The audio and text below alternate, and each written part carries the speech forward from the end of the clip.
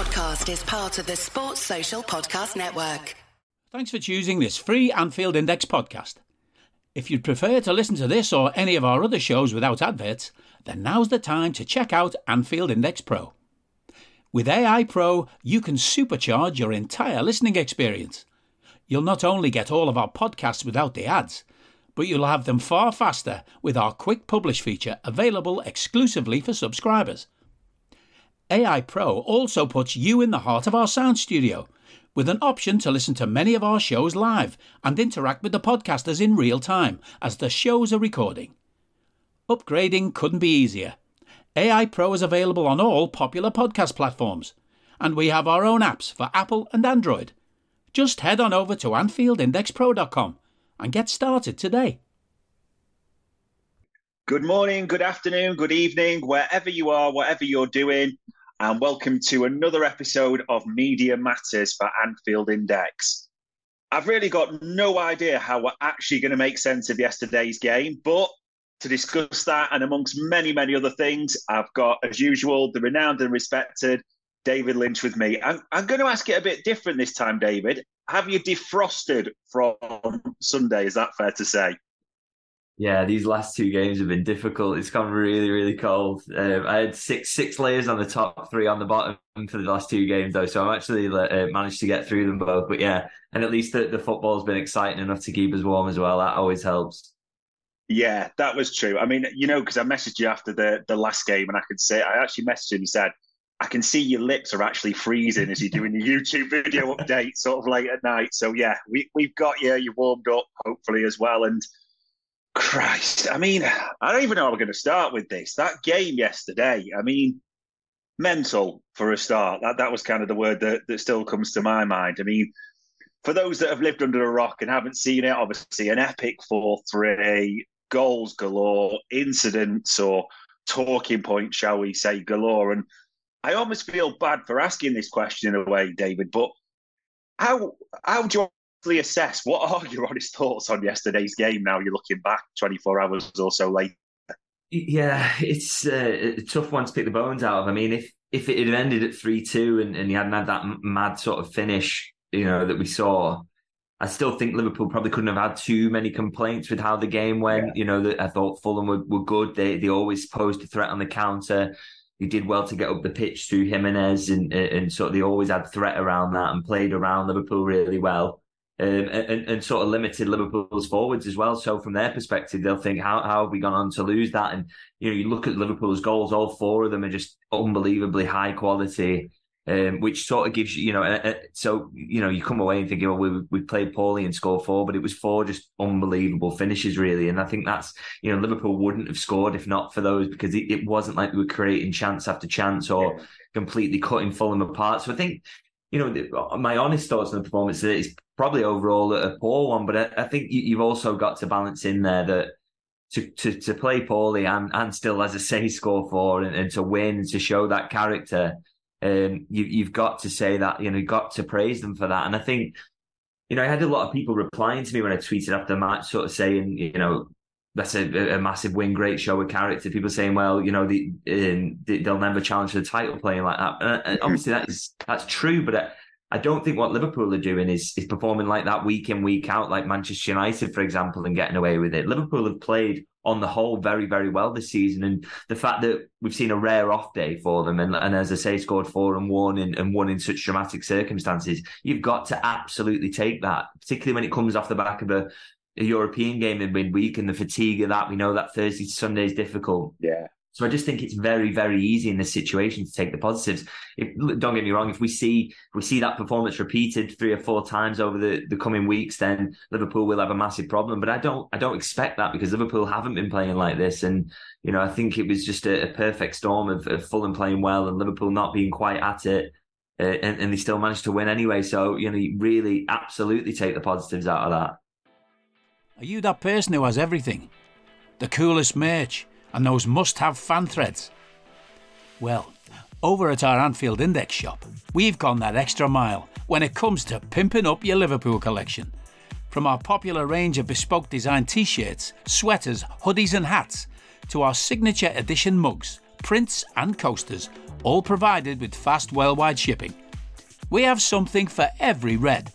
We also stock official LFC merchandise and are licensed with the Premier League and UEFA to sell official iron-on shirt badges and sleeve patches. As a listener to this podcast, you can get 10% off everything with coupon code AIPRO10. Just head over to AnfieldIndex.shop or find us on Etsy by searching for Anfield Index. Deck your home with Blinds.com. La la la la la la la la. La la la la la Blinds.com. DIY or let us install. La la la la la la la la. La la la la Blinds.com. Free design consultation. Free.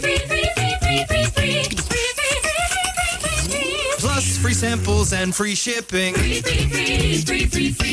Ho, ho, ho! Blinds.com invented a better way to buy custom high-quality window treatments with no showroom mock-ups or waiting around for quotes from pushy salespeople, saving you time and money for the holidays with upfront pricing right on our website.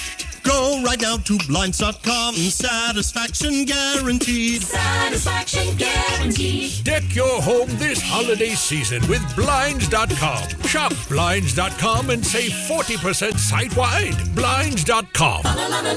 Blinds.com. Rules and restrictions may apply. Yeah, let's be honest. We all live for those winners like that at the Cop End late on and the absolute scenes, limbs everywhere. I mean, I think this might be a far easier one to answer. I could be wrong. Man of the match for you? Yeah, Trent Alexander-Arnold. I think that no doubts about that one. I think,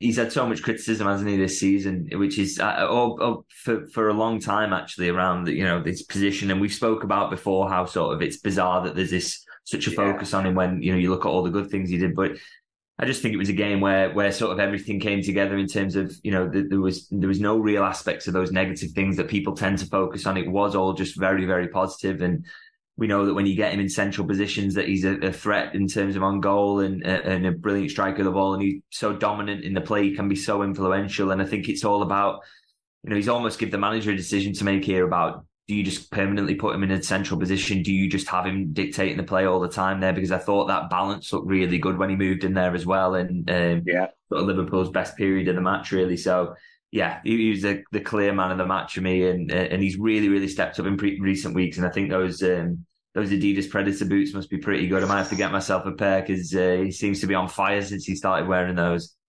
Yeah, I had a pair of those and I was still crap at GCSE time as well. But yeah, we'll see. Everyone will be digging those out, won't they? I mean, I think you're right. We'll go into it, and there's things that we maybe don't want to see too often, let's be honest. And I get the people who go, we've gone to the well, they get out of jail card. People can phrase it different ways, but there are so many still positives to take from yesterday. I mean, the goals as just individual goals as a collection are unreal.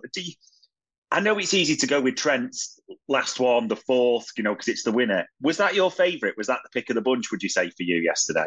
No, mine was Alexis McAllister's, just because as well, from where we were sat in the press box, I had the most perfect angle behind it. And the moment it left his boot, you knew it was going in. It was just, and you saw every little bit of shape in it. Just an absolute, it was a Steven Gerrard-esque sort of strike in terms of the way he hits across it. Absolutely unbelievable, and what a way to sort of get off the mark for him. And I actually thought with McAllister as well, I thought he had a good game. I was kind of surprised when he got took off. I didn't think, particularly when there were others around him in midfield who were maybe contributing less. I was surprised when McAllister came off. So I thought I thought he's coming on leaps and bounds. I think we're seeing real positive sort of progress from him, and I think that goal will only help him in terms of his confidence. Obviously, I guess in terms of bringing him off, it's about managing his games over this period. It's a real difficult period, isn't it? There's a lot of games, so maybe that was a factor in it. But yeah, great goal, and I thought a very good game from him. Yeah, even Endo's, I didn't know Endo had that in his locker, to be fair, was just an unreal strike. It's some collection that we're going to have on repeat again and again and again. And the other thing, amongst all the discussion points, these Reds are relentless, aren't they? They go late each time, and it's almost becoming the norm. I don't know if that's a good or a bad thing, but surely it's a good thing, isn't it, that we get late goals? We seem to be, even when we make it hard for ourselves, we can turn it around or get that. That's the biggest positive, surely, to take. Yeah, I think it was at 15 points from losing positions so far this season. That's obviously a positive in terms of, that Liverpool have got that real character, and that's been a feature under Jurgen Klopp for a long time now. So that is a good thing. They obviously will want to start getting themselves in that position. That is, there will be discussions around that at the training ground, no doubt about it. So it's a sort of mix, that one, between a positive and a negative, but. Yeah, but when you're at Anfield, and I think just when the equaliser goes in from Endo, I'm very much thinking there's easily enough time here for a winner, and I think the players are thinking in that way. It's and they know they can do it. I didn't think they would get it as quickly as they did, but I thought, okay, they're going to pile the pressure on here, having not really done so in the build up to the equaliser. It was kind of weird, really. They lost away for 5 minutes after the equaliser goes in, and it didn't look like they had a lot of threat, and then it just all comes together in that sort of perfect storm right at the end. And but yeah, I think that those shows of character, you need that over the course of a season, because you aren't going to play well every week. And I mean, like I said, people tweet me saying, "Oh, they're not going to win the title playing like that." Particularly when the defense is doing this or that. But it's like, you look at City, who are the team to beat, aren't they? Conceding 3, they've conceded 4 this season. Who knows what a perfect team looks like, or what team that wins the title ultimately looks like at this stage of the season. It's just about getting through and getting as many points as you can, and sometimes that's in difficult situations. And Liverpool are repeatedly doing that. They just want to, maybe just stop getting themselves in that position. Maybe going forward, not have to go to the well so many times.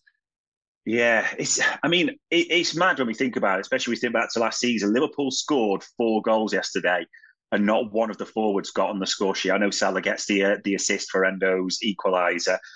Is it too early to become a bit concerned? Because I know a few sort of tweeting that or referring to that. The forward line looked a bit blunt against City. Didn't really do. It wasn't a good day for any of them, I think it's fair to say, in this one. Is it too early? You're thinking there's games coming, or is there a slight concern there about the forward line at all? Yeah, I think, you look at them and on paper, I'd say, Liverpool's options in forward line are unbelievable. I think there was a game yesterday where, I always say that I think home games where you're going to have the more of the ball are always a Jota type game to me. Maybe those away games are very much Luis Diaz games. And so I think in games like that, Jota looked a miss to me yesterday, even though Liverpool scored 4, I just think he would have probably been more dominant in the forwards performance if he'd have been there, because he's so good in that type of game. And your worry is that, there is a patchiness to some of them. Obviously, Diaz and Nunez, we've seen that this season. Diaz, off the back of his injury, Nunez, he's still working out those little kinks in his game. Started the season brilliantly, has tailed off a little bit now, 6 games without a goal. So, that inconsistency is there amongst some of them. And I think, it all came together really yesterday, and I didn't think any of the forwards really particularly played well. And when that happens, if your midfield can bail you out with goals, that is always massively helpful. But, you don't want to be relying on that all the time. I think, the hope is that that's not going to happen very often, that every single one of your forwards just isn't quite at it in one game. That probably won't happen very often, and on the rare occasions it does. If the teammates can help them out in those situations, that's massive. So not a massive concern yet, I don't think, because it hasn't happened a lot, and there's a lot of goals spread out amongst those forwards so far this season. They've all contributed in their own way, but you don't want to see that continue for much longer, particularly with Jota out. They all need to sort of chip in and make sure they're getting the goals that he would otherwise provide. Yeah, it was, like you said, it was interesting, the subs, because Szoboszlai, kind of surprising that he came off.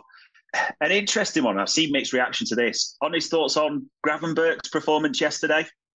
Yeah, I thought it was poor, to be honest. That's my honest view on it. I thought, I looked at the statistics after the game, and it sort of backed up what I felt about his performance watching it, is that he ends up with a passing accuracy of around 75%, which I think that's absolutely fine, by the way, if you're trying things, you're making things happen, but he only actually ends the game with 1 key pass, so he wasn't really making things happen, even though he just looked very loose. I mean, again, that's something you're going to see. It's so early in his career, and he's settling down in a new league and finding his way. We've seen some really good performances from him, and some mixed ones like that one yesterday. The biggest surprise for me, actually, with Gravenberch was that he wasn't replaced by Jones early in the piece. I thought that seemed like an obvious sub, particularly Jones' strength is that he comes on and he keeps the ball constantly, and that would have maybe penned Fulham in, and he also wins his duels, and that was something that Gravenberch wasn't particularly doing.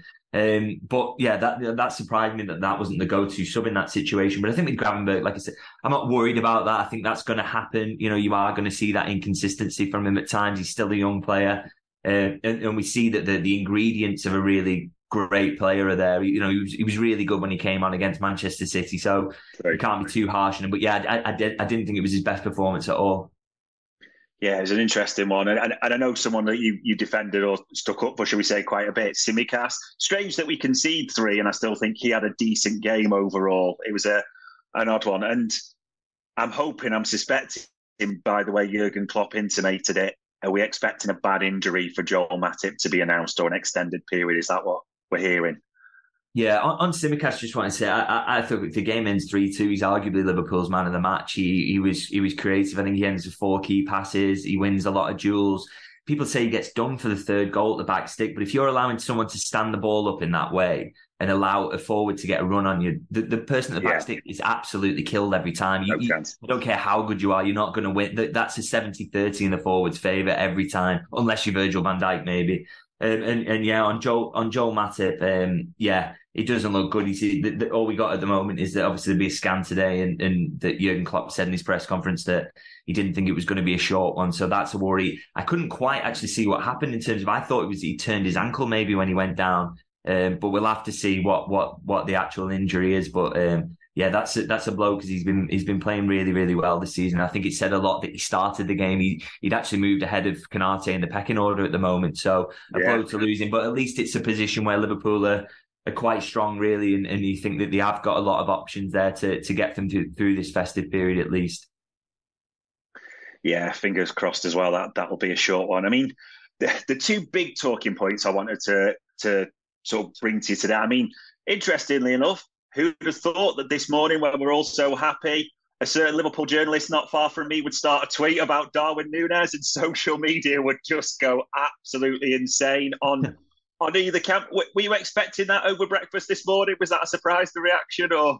I mean, it probably shouldn't be a surprise, because you can't tweet or mention or write about Darwin Núñez without people going crazy. And it's kind of funny, really, because the perception of the tweet was the people who are really big supporters of Darwin Núñez were saying I've been over the top with my criticism, and then the people who can't stand him were saying, no, what are you trying to defend him for? Which, it's just an absolutely middle of the road, nothing opinion, really, that just sort of gets swept up in this angry debate that happens. He's very much the new sort of navigator, isn't he, really, in terms of splits the fan base. And I think at the end of the day, my view on Núñez is that, I just sit somewhere in the middle of that. Really good in some aspects, really poor in others at times. He had a really good start to the season. He's tailed off a little bit. All you want to see now is him consistently put it all together and score more frequently and put those chances away, and also, keep those the sort of growth that he's shown in terms of his pressing and his link-up play. Just keep that and put it all together, and then you've got an unbelievable centre forward, and we're just not quite seeing that at the moment. These last few games, like I say, he's tailed off a little bit, and I just think, we should be allowed to say that he's not playing at his absolute best at the moment. He's shown better form before this. It shouldn't be that controversial to sort of say that. And I think, even the chance he hits the bar with yesterday, I sort of think he should just be trying to take the leather off the ball all the time and just get it on target and see what happens, and just calm down a little bit in front of goal. And we've seen calmness from him. We've seen different finishes, not just for Liverpool, but for Benfica. He's got that little dink. He's got all sorts of finishes in the locker, but you don't seem to see it a lot at Liverpool. You just see him trying to sort of smash it in all the time.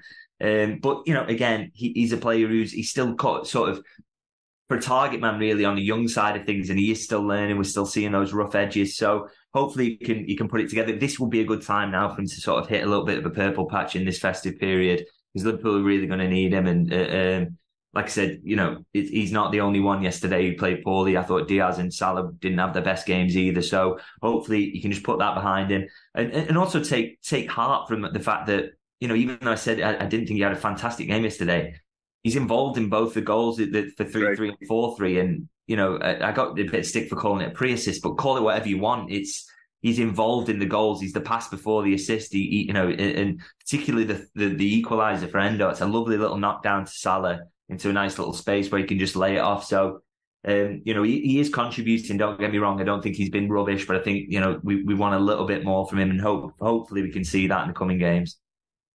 Yeah, but it is strange that we can't just honestly say, like, he should score that chance. Like you say, he tries to take the leather off it and hits the bar where you'd hope it was more composed. Also, we had that one that went over where he kind of tried to let it roll across his body with his left foot. It was a bit of a shank, it turned out. But like you said, there was there was a good knockdown. There was the involvement in that. And God, aside from all the fascination with the haircut, which seemed to also sweep Twitter by furore, 6 games without a goal, that's fair to say, but we've seen some magic. We've seen it. I think you said the needle could just go either way on Darwin still. I don't know why it's so controversial to say that, but turns out it will be for a while. And this isn't quite Naby Keita level, but it's moving into the debate all the time. And you kind of alluded to it. Trent pushes into midfield, doesn't he, when Gomez comes on, and then it almost felt like you got more of permission with Endo coming on for Gravenberch, like you really push forward, try and get us something. Are you swaying now more towards Trent in midfield, Trent right back, or is it just like, let's just enjoy him in either position type of thing still? I think it's a funny one, really, because Klopp has said himself, doesn't he, that he kind of likes him in that right back position because he can sort of almost sneak into midfield and not get marked. But I think it's just interesting that he now thinks, okay, I'm going to make changes here, and that's the one he does, is to actually just put him in midfield anyway. So he's obviously thinking some games in certain situations, it's better for that to just be a starting position. That's where, it closes off that gap down the right-hand side that Fulham were sort of exploiting, particularly in the first half. I thought Marco Silva set his team up really well in terms of exploiting that. And obviously it just gets Trent a little bit on the ball even more often than he would when he's sort of drifting in from that right back position. And one of the things that massively helps as well is that Joe Gomez has come on so much at right back. I think he's been absolutely phenomenal when he's played there this season. I thought when he came on yesterday, actually, he changed the game, really. And he was a big part of one of the changes that sort of turned things in Liverpool's favour. Just little give and goes down the outside, help. Obviously, he allows Trent to be there, but he plays it just as a straight right back. He's not trying to run into midfield all the time. And I thought Gomez was really, really good when he came on. And the fact that he's so good there makes you think, well, there should be some games maybe where you want Trent starting in midfield and maybe it's games at Anfield where you're absolutely dominating the ball and the midfield's under no pressure because you're up against a deep block. Maybe those are the games where you stick Joe Gomez in at right back and have Trent in midfield. That's a decision for the manager to make, but it's an interesting one, and it's kind of, if there are going to be changes in Liverpool's midfield going forward. So say Thiago leaves, does Trent just make that permanent move? It's a fascinating one. I don't really know how that one's going to play out, but I think you've got to have him in central positions more frequently because as he's adding that goal scoring now as much as dominating the play, and that having that threat from midfield is absolutely massive. So yeah, it's a tough one for the manager, this, really, and I'm really fascinated to see how this one's going to play out. Honestly, we should have used a condom, but we got distracted. Honestly, there are things that everyone can do to help protect their sexual health. Talk to a healthcare provider to find out how you can take action. And find out more at OwnYourSexualHealth.com. Sponsored by Gilead. Hello, I'm here to annoy you. I'm here to annoy you into listening to more of me and more of others on EPL Index.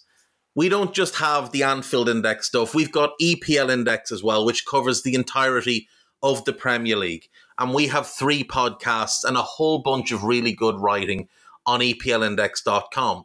The podcasts are my own two-footed podcast, which is every day at 4 p.m, Monday through Friday, covering the whole league. We have A Tad Predictable, hosted by Tadiwa. You know Tadiwa, he does Anfield Index. He presents A Tad Predictable before every Premier League match week. And then Kevin De Vries and his crew on the EPL Roundtable, they're every week after the Premier League match week. So make sure you listen to everything we're doing on EPL Index and follow us there on Twitter at EPL Index. Thank you. Bye-bye. Yeah, it just felt special yesterday. Not just because of the Predators, but the Stevie Gerrard style break glass in case of emergency, push Trent forward, and look what happens ultimately. So yeah, you will be interested to think how that sort of processes through Jurgen's thoughts. And ladies and gents, we always talk about a player in focus, and naturally, there's about 8,000 players got discussed yesterday. But one that didn't actually play a minute that we did want to focus on, David, is Jarell Quansah. I mean, he was sublime in midweek against Last. He was absolutely brilliant. And we've had some great performances this season. You know, Wolves in that early kickoff away when others were a bit rocky. The Carabao as well has been his competition. Almost, it's a shame he was robbed of that goal last, wasn't he, with the McAllister handball about 27 minutes before that they gained. Am I hyping him too much here, or when we're talking about his season so far? Are you getting that sense from sort of Jurgen Klopp, Liverpool, the academy, etc.? Everyone is really hopeful for this kid of becoming a real player. Yeah, I think it's more. I think there's more sort of expectation around him than there was, say, a Reece Williams or Nat Phillips, who they knew, did so well in the back end of that season where Liverpool just scraped into the top four. But I think there was they knew that neither of those really would be a long-term option for Liverpool. Whereas Quansah, to be doing what he's doing at such a young age, and I just think he looks like he could be the real deal. And it's the fact that, if he was just doing it in the Europa League, you could say, well, Liverpool got a weaker group really, and sort of he's playing at a lower level there coming up against these sides. But he's just showing everything in those games, like not just finding it easy to bully teams in terms of, physically and his defending is up against sort of lesser attackers, and so finding it easier there. It's the fact that he's showing the ability to spray passes, bringing the ball through the lines, and just like real composure that you wouldn't expect from a player his age. I think it's interesting because Joey Barton absolutely raved about him and said he had no doubts that having had him on loan, he was going to go all the way to the top. And you can read stuff like that and think sometimes that you go a bit over the top. But I mean, from everything we've seen from his performances and the fact he's done it in the Premier League as well already, like he's mentioned that Wolves game where he was Liverpool's best defender really, when others were sort of losing their heads. I just think he's got the complete package of all the things you would want from a Liverpool defender in this system, and I think it's really exciting. The one thing that's quite interesting about it is that Liverpool, I don't think expected this. I think Jurgen Klopp would admit himself that going into the season, the reason he didn't sign another centre half, it was nothing to do with Jarell Quansah. I don't think I think towards the back end of pre-season, people were thinking this kid's actually got something, but it wasn't, we won't sign anyone because we've got Jarell Quansah coming back. That wasn't the plan at all. I think he's taken people by surprise, but he keeps building on that now, and it's not a fluke. He's a top quality young centre-half, and he's really putting himself in a position where he could be a genuine option going forward. And the fact that Joel Matip's got this injury now moves him up the pecking order. We could maybe be seeing him in the Premier League over this festive period, and he absolutely deserves that. And I've got no doubt whatsoever that he won't let Liverpool down either. So it's people should be excited about him. I think he's really, really good. I was going to say, with this, I mean, because it's a crazy period of games, but as other people have flagged, and there's an essence of truth to this, the next Europa is a dead rubber, really, which isn't the worst thing. But then there's no Europa till March time. The League Cup, who knows what will happen with West Ham. So there is a possibility with him being almost a cup defender, his minutes become thin, so to speak. Do you think there's a real possibility, especially with, like say, Matip out, Konaté's injury records mixed, let's put it that way, this season? Do you think there's a real chance we could see Quansah quite a bit over this Christmas period that Jurgen Klopp would say, I know it's busy, but I trust you, in you go type of thing? I mean, it's a weird one, really, because I think we definitely see him in that Europa League game. There's no doubt he'll come in and start that one. But then the rest around it sort of really depends on what the injury situation looks like. I mean, I'm sure Jurgen will want to protect Konaté over this period, won't want to be playing him every game. But your next cab off the rank there is obviously Joe Gomez. Virgil van Dijk, you can probably get through this period playing pretty much every game in the Premier League, because he's a machine, and he's generally been able to cope with that. And I think if he needs a rotational option for Konaté, he's probably going to look to Joe Gomez, who will obviously occasionally be used at right back as well. But I think Joe Gomez is the next cab off the rank. And I think unless Liverpool get any injuries, you probably don't need to be rotating that far down in terms of your centre halves to get onto Quansah. So there is I agree that there probably is a chance that his games dry up a little bit more. But I think there is that Europa League game coming up, so we'll definitely play in that one, I would expect. And then, maybe he's in contention for the League Cup. We'll have to see how the manager sort of views that one. That's an interesting one because it's a busy period, but Liverpool look like they might be in a title race here. So maybe, with it being an Anfield game and Quansah having played as well as he has so far this season, why wouldn't you maybe throw him in for that one? And then, you get the other side of the festive period then, and You've got some decisions to make around, what his involvement is in the Europa League going forward. Does he play in the knockout stages? It's an interesting one, but I think, there was some talk, I think, last week about potential loan. I see, even before the Matip injury, I didn't see that happening at all. So I do not expect him to be going out on loan before the end of the season. I think he'll be kept. And I still think there's going to be a lot of games for him, because I think not just the Matip injury, but Konate will pick up muscle injuries from time to time. And Liverpool at the moment are looking to go on four fronts, aren't they? So I think there's going to be enough game time. And also just the benefits of training and being around this sort of level of group will be good for him as well. So I don't expect him to be sent out on loan. And I do think, there's games coming up where I can see him definitely starting and making a big impact.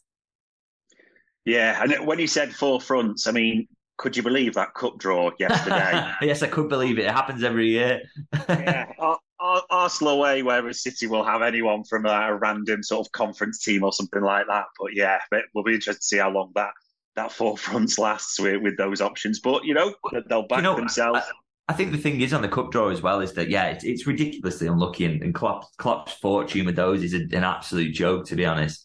But if you're going to get a tie like Arsenal away, which you could have got between now and the quarterfinals or whatever, maybe get it in the third round, because whatever the manager does in terms of his team selection, if Liverpool are either going to sneak through or they're going to get beat and they're going to go out, if you're going to get Arsenal away at any point, you might as well get knocked out now or get a big win under your belt and take that forward in terms of your confidence, because, like I say, Liverpool are in the title race. They probably, being on four fronts is very, very difficult. So, maybe they can keep that up and they can prove me wrong and they can beat Arsenal. I by no means writing them off in terms of doing that, but it's almost better to find out either way whether you're going to be good enough to win the FA Cup with the rotated side you put out immediately, rather than go another extra 2 rounds and put those games in the legs. So I'm looking forward to that one, really, because I think it's going to be it's almost a free hit for Liverpool. Arsenal are probably going to really go for it in the FA Cup, and I think if Liverpool can get through anyway, then that's massive. But if they can't, it's maybe not the worst time to go out and focus on hopefully the League Cup still going, hopefully still going in the league and going for that. And obviously they're going to go deep in the Europa League. I absolutely expect that. Yeah, it will be interesting to see what happens there. And I know we talked about sort of rotation kids. One of the biggest news that did get shoehorned away, but Conor Bradley's contract renewal, so he signed a new long-term deal. I mean, that's another one that comes into the mix. I suppose 2 fronts, I suppose. The first one I'm thinking, I could be wrong on this. I mean, he came on, didn't he, against Lask, looked quite good. Is he, and I know we've talked about Joe Gomez, is Conor Bradley now a realistic potential option at right back for us now, with even Trent moving up or Gomez moving into the centre? Does he come into Jurgen's thinking that way, do you think? I'd love to see him starting that final Europa League group game as a starting point. I think, I thought he was so impressive over pre-season, and I want to see a little bit more of him. That it was such a poorly timed injury that he got, so I really would like to see more of him. I think he's going to maybe struggle to get a lot of games between now and the end of the season, because I do think, if you've got a Premier League game where you move in Trent or maybe he's got an injury or suspension or whatever, I still think you want Joe Gomez, because physically he's so far ahead of where Conor Bradley is at the moment that you maybe wouldn't trust him in the Premier League. But I think, the fact that Gomez is probably going to end up doing some games at centre-half if Joel Matip's out for a while, you're going to need an option there, even if it's just for the final half an hour of a game that you're leading quite handily, to just bring Conor Bradley on for Trent and give him, 30 minutes off. I still think he's going to be an important option there. And as I say, with Gomez moving into centre half, sometimes you're going to need that little option there. So from time to time, maybe just starting the FA Cup as well. Maybe that's another opportunity for games. But like I say, I think he's going to sort of struggle to get in for a lot of games. But again, being around the group is important, and whatever minutes he can pick up will be important for his development. So, I'm looking forward to seeing him, because I thought he was sensational in pre-season, and I think they've got a lot of faith in him. He's got some steps to take in terms of physicality. Like I say, he needs to hit the gym a little bit more, but the talent there in terms of his football IQ is clear to see. So he's another really exciting prospect. Yeah, absolutely. Like you say, the injury's unlucky and the timing, because he's almost missed that whole Europa, the whole domestic cup, sort of the league thing. So he's missed his maybe game time, as it would be then. Now, I'm trying to be clever with this, because I promised I wouldn't just ask you outright directly on transfers. But with Conor Bradley coming back as a right back option, naturally, and I'm sure you saw it, as soon as Matip went out yesterday, people were abuzz with, we're going to have to sign a defender. But with Bradley coming back, do you think that's an element of Jurgen thinking, no, I can slot Joe Gomez to the middle, Connor Bradley can do right back, it's not like an urgent need? And we also know Jurgen doesn't like short-term fixes by their nature as well. So do you think that has that link from Bradley to Matip, that it doesn't force us into the market that way? I mean, if Matip's season's over, then, you know, I hope not. It was hard to sort of tell from the way Jurgen spoke about it whether he means, okay, that's a couple of months, or whether that's, you know, he twisted his knee, or we couldn't quite see that. I'm not quite sure. So, you know, if Matip's season's over, then I think that maybe starts the conversation about maybe a defensive signing, because I think with Joe Matip obviously be out of contract at the end of this season, that's where Liverpool, you know, you would have thought going into the summer anyway, would be somewhere they'd strengthen. But I don't expect whatsoever that Liverpool will do anything short term, thinking there's no point in signing an Ozan Kabak. I'd rather give Quansah the minutes in the games that he needs it. You've still got three other great options there at centre half. Then Quansah coming in as a young lad who's shown such incredible promise. So they're not massively short at centre half. But if Liverpool could then do something that is sort of a long-term option, a centre-half they've always admired, one they were going to go for in the summer, and they can do it in January, then I can absolutely see that happening. We spoke about transfers in the last podcast, didn't we, in terms of, you know, they will do something if it's something that's for the long term. And so I suppose a lot depends on, A, that Joel Matip injury and the severity of it, and B, also if anyone they actually really thoroughly like is available in the January transfer window. We don't quite know on either of those yet. Still a long time to go. So I suppose we'll maybe learn more when we learn more about Joel Matip's injury and how serious that is. But, you know, like I said, I would never have ruled out anything happening in January, and I still think that's on the table. I still don't massively expect it, as I said before, but, you know, anything could sort of happen in terms of if Matip's out for the season and they see someone they really like, then yeah, it's a possibility, I suppose. Yeah, it's the injuries are just starting to creep up a little bit, aren't they? We had Jota and Alisson in the City game. We've now got Matip for this one, so fingers crossed that abates. And as someone said the other day, no one's quite sure, and I suppose it's worth chatting about later about other players coming back. But the injury, the announcement was obviously this week about Alisson and about Jota. Now, probably, and these are my words, I'm always a bit wary about Jurgen Klopp's injury updates, because something, as we know, minor becomes long in terms of like recovery periods and when we're seeing it. But he put Alisson, didn't he, in a really distinct way. He almost built not this game, not that game, and then just left a juicy gap, because United's in the calendar, isn't it? That's that weekend. I'm guessing for yourself and other journos, was that kind of like, yeah, we were taking that gap, everyone expecting Alisson back by United? Is that the big hope? Yeah, 100%. That's the aim that they're putting on it. Obviously, he doesn't want to probably say that out loud in terms of, because you're putting pressure on the player, I suppose, in those situations. But that's the hope amongst the medical staff, with the sort of grade of muscle injury that he's got, that he should be ready for that Manchester United game, which, you know, could be massive, given where Liverpool are up to at the moment. Really looking forward to that one. So, you know, that gives Kelleher, 3 more games to get through. Thought he had a bit of a poor game against Fulham, to be honest. But, you know, we know he's a good player, and I think, you know, it's hard being thrown in as a goalkeeper. So hopefully he can just get through this period and sort of do a little bit better than he did against Fulham. And then to get Alisson back against Manchester United would be a massive boost, wouldn't it? Yeah, and that is the big hope. A bit like the Simicast lesson. When he came in, it probably wasn't all firing and functioning. It's taken some games to get to this level, but it does, you know, you've got to, if you're going to give the criticism, you've got to give the praises loud. It's been a high level, to be fair, from Costas for the last sort of 3-4 games. So fingers crossed, we can get Kelleher up to that, because, yeah, soft goals in this period is not what we want to be conceding. And Jota, that was, you know where this is probably going to go, because that's the worry, the way Klopp talked about it, and that famous words, a bit longer.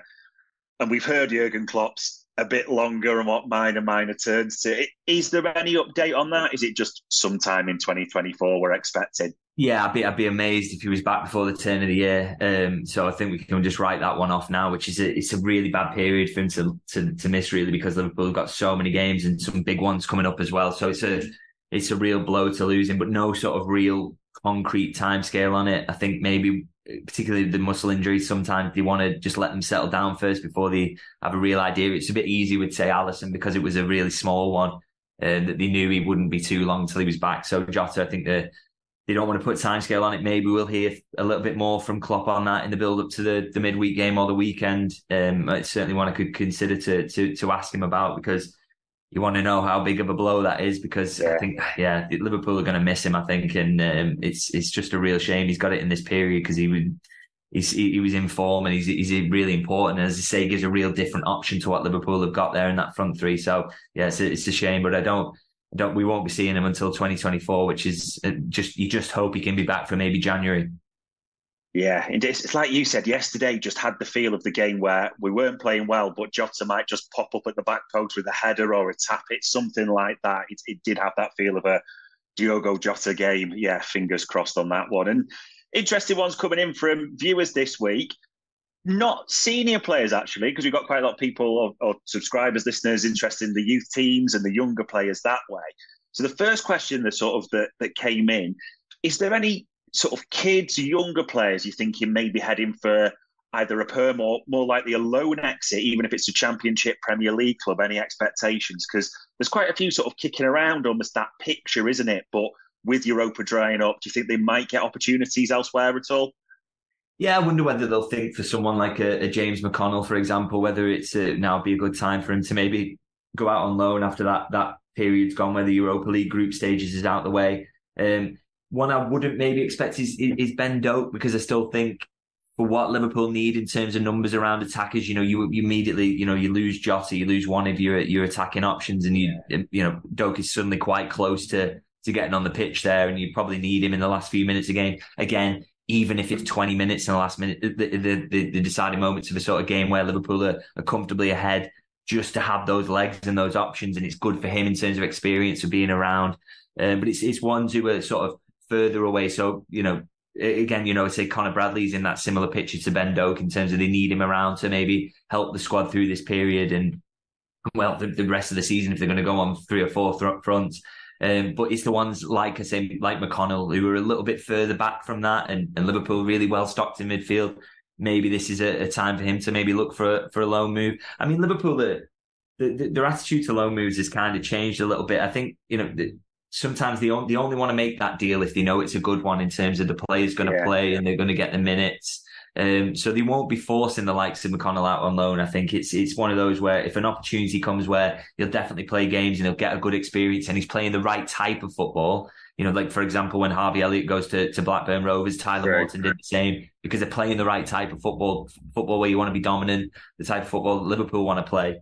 And she's got to be something like that. So it's kind of hard to say. I don't need a VPN. I've got nothing to hide. This is what I used to tell myself before I hooked up with LibertyShield.com. Not only is my home internet now fully encrypted, but I can now access all the websites I want, whenever I want, and do so from absolutely anywhere. As a Liverpool fan, I love to know I can now watch every match, regardless of whether it's on UK TV or not. My Liberty Shield VPN makes sure nothing is blocked and guarantees me super fast streaming speed throughout that match.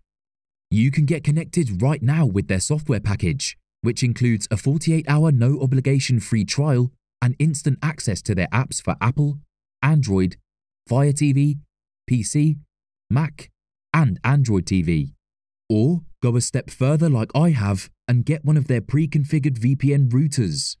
These small but powerful devices allow you to easily connect every device in your home to VPN, making it the perfect solution for smart TVs, mag boxes, and games consoles. Visit LibertyShield.com today and use coupon code AIVPN25 to get 25% off at checkout. Definitively who's going to go and who's going to... It's easier to say who's going to stay rather than who's going to go, because I think with like I say, with the ones who are going, it has to be the right clubs who are expressing interest for them to say anything. But I think, because they think with McConnell, is even if he's playing for the 21s and he's around training still for the first team, that's still really good for his development. So it's kind of early to make any concrete predictions on that. But I think the ones who are going to stay, which is the likes of Doak, Conor Bradley, because they're close to the first team picture and around that. Yeah, we'll be interested, like you say, especially with some like Luke Chambers has been in around that, Bobby Clark back to fitness, and obviously they were two that were looked at in the summer. So yeah, maybe it might be a wait and see the options or what the injuries are like at the same time as well. And injury-wise, I'm not going to ask you about Thiago and Bajcetic because I know you asked that question. I know that update comes through. It seems to still keep coming through. I don't know why that is, but Jurgen Klopp's been quite clear on that. Naturally, Andy Robertson was at pitchside yesterday, giving Trent a massive bear hug afterwards. It's probably a fair question to ask you. Is there a definitive time scale, or are the club giving anything more on Andy Robbo? I know he's done the posts about it's going well and all that, but that isn't a time frame which we all latch on to. Is there anything we know at all? Yeah, no sort of fresh update on that beyond the fact that by all accounts and everyone you speak to, sort of his recovery is going well. So no setbacks, nothing that would make you think it would be longer than was first expected. So obviously you want him back as soon as possible, even though Tsimikas is playing well because he's such a top class option, isn't he? And he's just that level above Kostas at the minute. But I think, I think the best news you can have at the moment is there's no setbacks, because I think, Liverpool have had a few of those at times with recoveries. I'm thinking about Thiago and Bajcetic actually as two who've had those setbacks. So Robbo's on track at the minute. So just fingers crossed it's not too long until we see him now. Yeah, it's one of those, because injuries, and I know other clubs will talk and be worse and will say, well, no one listens to us, but we're almost balanced on that edge, it feels, at the moment. We're kind of at max capacity. Another one could really be like, we're stretched here type of thing. So we're going to need some luck. And we're going to need some luck in a huge week. Now, I disagree with a lot of people on this, because you look at the fixtures, Sheffield United away, and someone will be looking to say, in bottom of the Premier League, this would be a great one. We can hammer these, all those types of things. Maybe it's paranoia, but in my head, I'm thinking Liverpool have had an issue with the dross away from home, so to speak, the lesser teams. You look at the Luton, you look at last season, Bournemouth. You think of Sheffield United. Yes, I know it's not gone well and they lost to relegation rivals, but there's a new manager / caretaker manager bound set to come, all those types of things. Liverpool haven't been quite at it. The results have been decent, but the performances...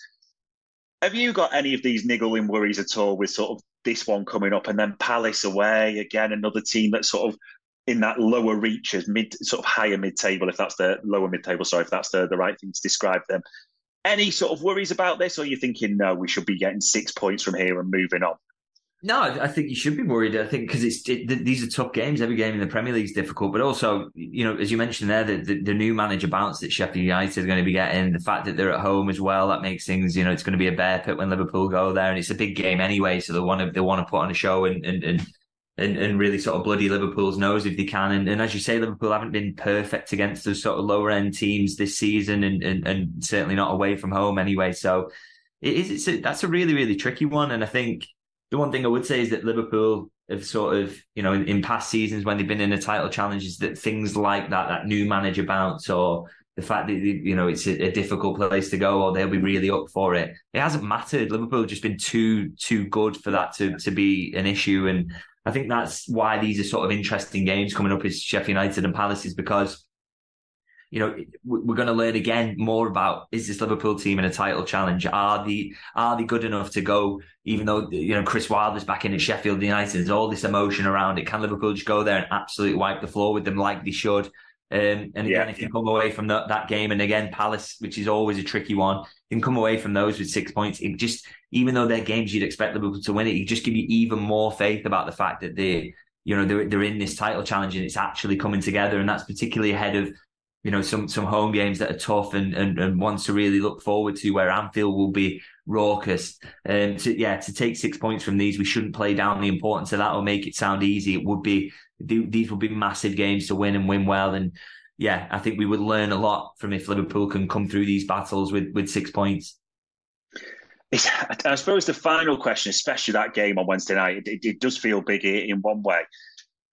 Not naming your whole team, but have you got sort of an inkling or a sneaker for any people that might play? Like you say, that Curtis didn't seem to come on yesterday. Harvey Elliott was also unused, which is unusual when we're chasing something, especially from his cameos. And it's easy it could almost be lazy and say, well, it's the worst team on paper in the league, so, you pick your weakest to beat it. But have you got any suspicions around, like, Gakpo coming in, or a few that you think we might see starting on Wednesday night? Yeah, I'd be amazed if Curtis Jones doesn't start that for the reason he said, that it was amazing that he didn't come on. I think Harvey Elliott is an option in midfield the way he's been playing this season, probably better off the bench than when he started, but he should be an option for games like this where Liverpool will hope to really dominate the ball, because he's so good around those little tight spaces and making chances for other people, or putting them in positions to make chances as well. He's almost a pass before the pass a lot of the time, and so he deserves a chance if he's going to get it in a game like this. And I think McAllister, again, the fact he got brought off when I thought he was doing quite well against Fulham, he's obviously in line to start again in this one. And it's then, what can you do in terms of mixing things up in the forward line? Gakpo, I think, did quite well when he came on, and he obviously played really well in midweek as well. So, maybe this is one way you throw him in and give Núñez a rest. So it's an interesting one. I think there is rotation to be done there, and I hope to see it, because Liverpool they've got a strong squad. They've got options. They should be making the most of it through this period. And I think when you go to somewhere like Sheffield United, it's all about winning the battle, isn't it? It's all about, earning the right to play. And I think at Liverpool, you're going to need fresh legs on the pitch to do that. And Liverpool can make 3 or 4 changes without severely weakening the side. So I'm hoping to see that. And I think we got a few hints as to who that would be in terms of Jones, McAllister, maybe Harvey Elliott is one who comes in as well, with how Jurgen Klopp managed his way through that game yesterday. Yeah, it will be interesting to see, and it's one of those, however it turns out, whether it's a handsome victory or a 1-0, as long as we get no injuries and 3 points, that's the ask at this stage of the season. So, ladies and gents, all it leaves me to really say is, as ever, David, thank you for your time and insight. Much appreciated. Thank you. Good stuff. And that was another Media Matters for Anfield Index. We hope you enjoyed listening to this Anfield Index show. Please be sure to subscribe to our channel so future podcasts find their way to your device automatically. There's nothing quite like fan engagement, and we'd love to know what you think of anything discussed on this show. The best way to get in touch is over on our free Discord community, where both podcasters and listeners debate the hottest LFC topics 24/7. Sign up free now at anfieldindex.com/Discord. You won't regret it.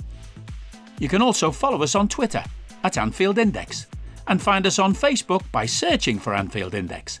Oh, and before you go, we'd love it if you could leave us a 5-star review on your favourite podcast app. It only takes a couple of seconds, and it means the world to the people who create these free shows. Sports Social Podcast Network.